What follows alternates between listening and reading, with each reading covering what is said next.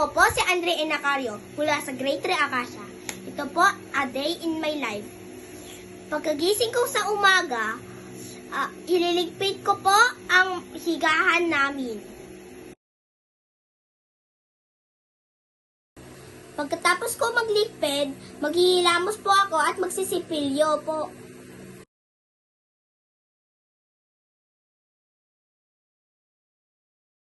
Pagkatapos po magsipilyo, magbe-breakfast po ako.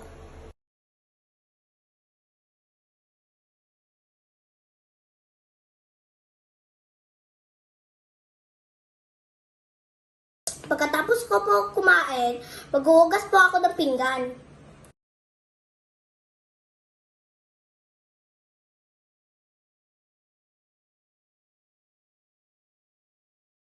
Pagkatapos ko po maghugas ng pinggan, magtutupi po ako ng damit.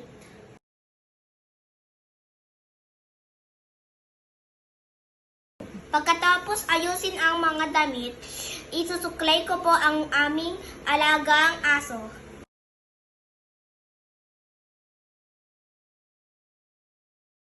Pagkatapos kong siklayin ang aso namin, magsa-study po ako. Yun lang po. Thank you.